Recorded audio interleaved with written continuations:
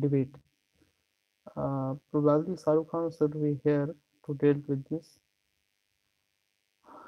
Who knows how to love much more than Shahrukh Khan? So, anyway, the concept that I'm taking right now is about love versus hate debate, mm, and how it is useful and in the paper. Like they will not ask directly related to this. They will probably ask the role of emotion like love and hate in building societal harmony or individual personality or professionally how it will help. That might be asked. Other things like the role of emotions or these why it is needed in country like India or in general in our professional life, right? So the concept here is that in country like India where there's a polarization, there is a societal inequality, right? And there is a caste barrier, right? Male chauvinism, and at the personal level, there is apathy towards people in governance, right? Selfishness, right? Uh, you will find untouchability in a modern aspect, like treating anyone as not as a citizens but like alien figure.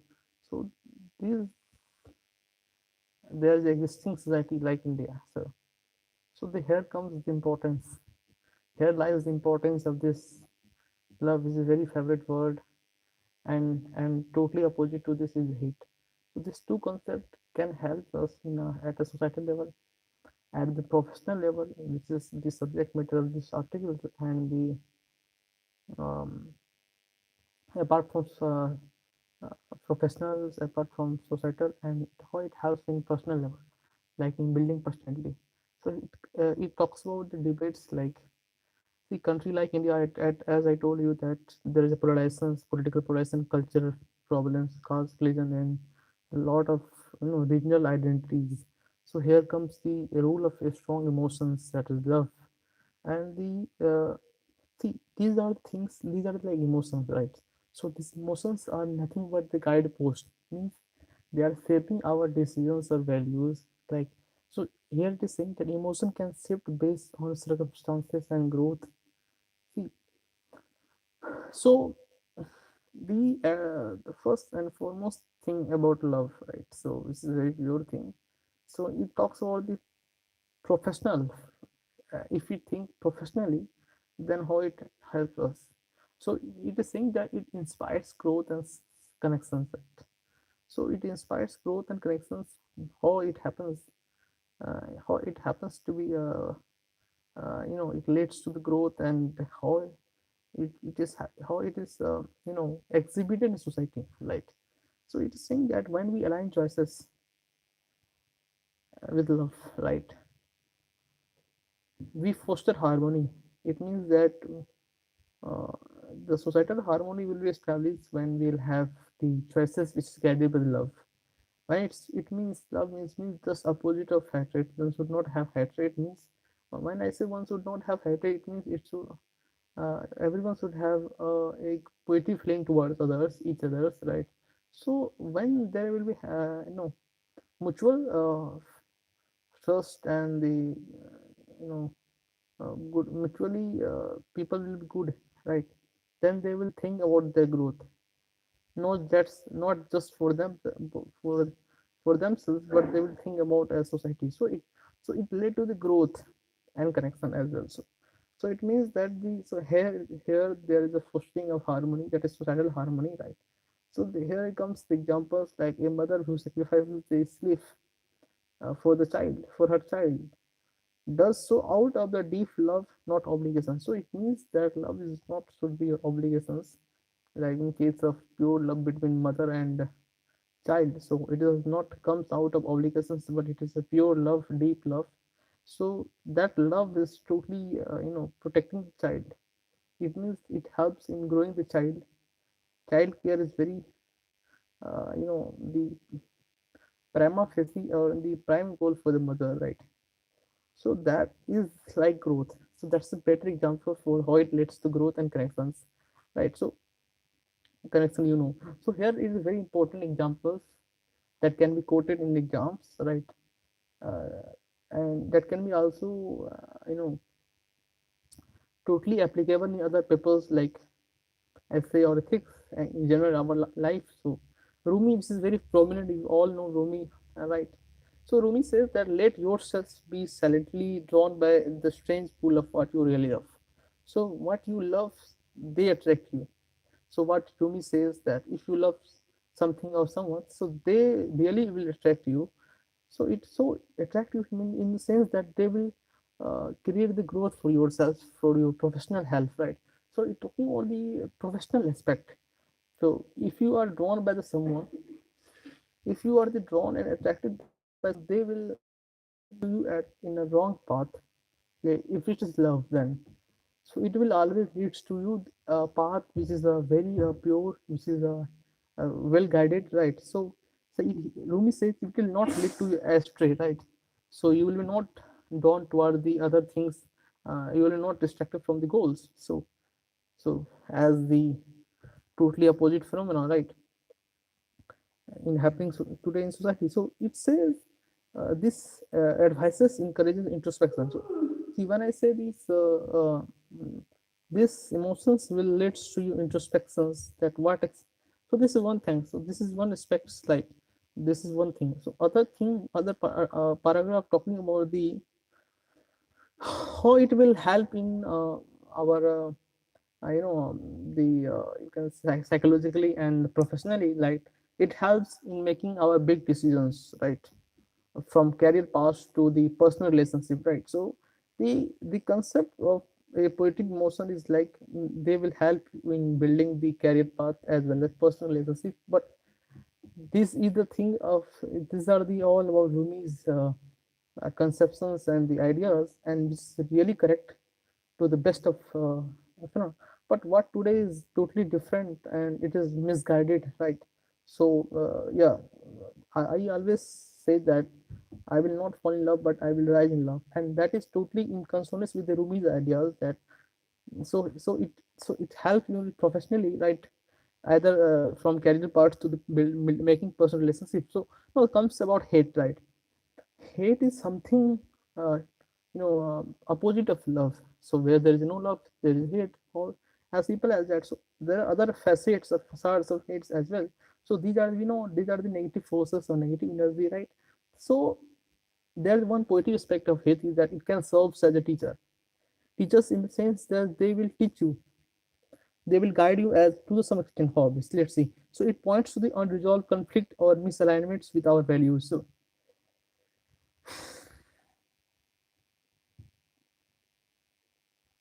see, how it examples is that, for example, if a work environment feels toxic, right?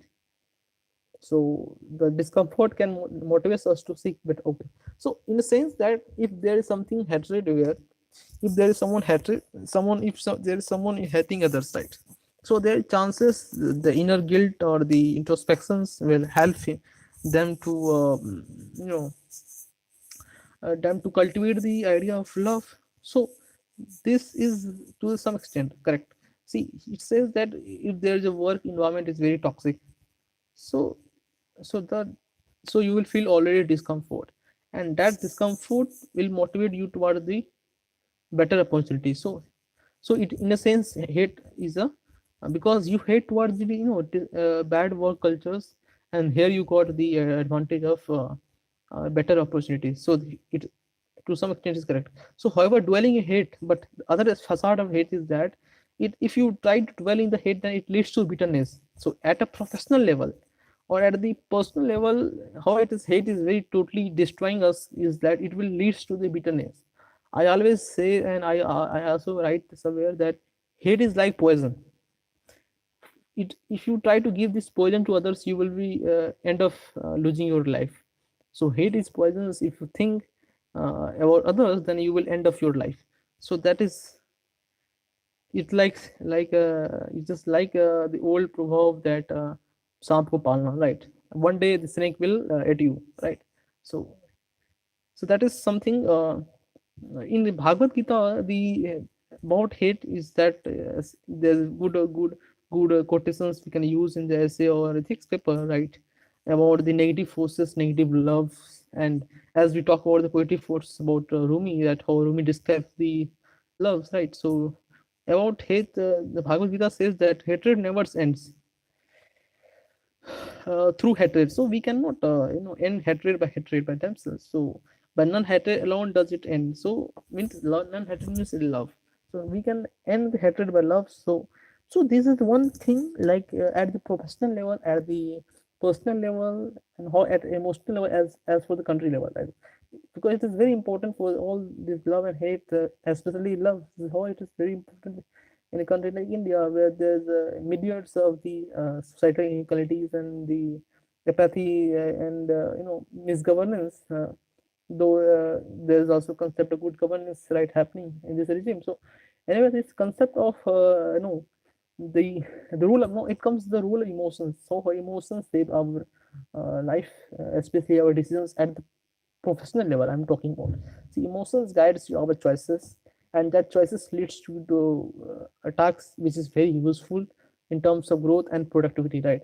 So the emotions influence choices. How? So there is a 2023 release paper, genre of emotional intelligence shows that individuals who reflect on their feelings can make better decisions. Let's say if I'm thinking about past, let's say today I will have my nostalgia, right, about my the past, which is very full of love and as well as the trauma, psychological trauma, right? So if I think about love, right, then it will guide my choices in a future way, right? I will make decisions on my past, which is very good. That is love. A life is full of love and respect and dignity, right? So I will make choices based on that emotion. So it will, so it if I will reflect those feelings and make the better decisions. So they are less likely to act impulsively and more likely to pursue long term goals. So based on that, life which is full of love, I will try to seek the life which is full of another love, and that would be long term goals, right? So imagine you are deciding between the two job offers, one pays more. This is very good examples that how we value our emotions and how it is very important. Like, let's say we have two choices, two job offer. One job offer gives you good salary, right? But not gives you so much passions, enthusiasm that you really want to do, right? And there's a very full of restrictions imposed by you, by the boss or by the employers, right? Anyway, or by government. So, and but you are awarded very good sums of money, right? So but and another, there's a job, though you are awarded very less some amount of money at the economical level, but you feel freedom. You feel freedom. You are very enthusiastic person at that time to make decisions, and you live that decisions, right?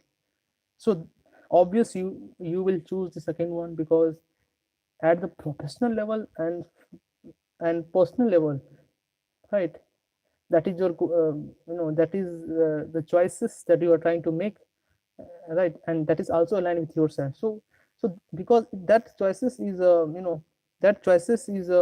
totally guided by, that choices is guided by what? Love and the good values, positive values, right? So under this so the, under these under this understanding the emotional response, love for meaningful work or dread of inspiring tasks can clarify which path aligns with your well-being. So emotional well-being is very good for yourself. So we will always feel you will be emotionally good. So, and what will help you? The tasks which you really align with yourself. So becomes the relationship aspect. So this is very important, relevant how it helps. So relationships too benefit from this awareness. So if you are aware about this, how it helps. If someone's actions consistently evoke resentment, it may be time to reassess boundaries or even pathways. See, if anyone trying to give you a psychological trauma, or if anyone try to, if you feel resentment from others, as simple as that. So, so it is high time that you should reassess the boundaries. You have to make the boundaries, and it's very difficult, as I know. So you have to make boundaries, or even pathways. You have to make your You have to select your path, that because these are things which is based, these are things that really matters. So acting on these realizations takes courage but leads to freedom. So if you try to make that choices, if you try to make the boundaries, and that boundary, when you make boundaries, and that in it itself, it is a full of courage, and that courage finally leads to freedom. So committing to, because resentment, and which is hallmark of the hatred, is not a ideal choice for your emotional and psychological and professional as well. So obviously you will make the choices which is full of love, and which is emotionally well-being for yourself. So you will obvious committed to the universal love, obvious, and spreading, which is spreading kindness and rejecting the divisive forces, that is hatred, and radiating love through actions. So words and intentions offset suffering. So it's saying that you have, at a time you will have to make choices which is full of courage. You have to set boundaries, and and then this will lead to the freedom, and better realization of yourself. So because human beings require optimum dignity, respect, and freedom, and that is this these are things also guided by the universal human rights, UDHR, right? So, and also article 21. So these are things all will have, all will really seek for themselves.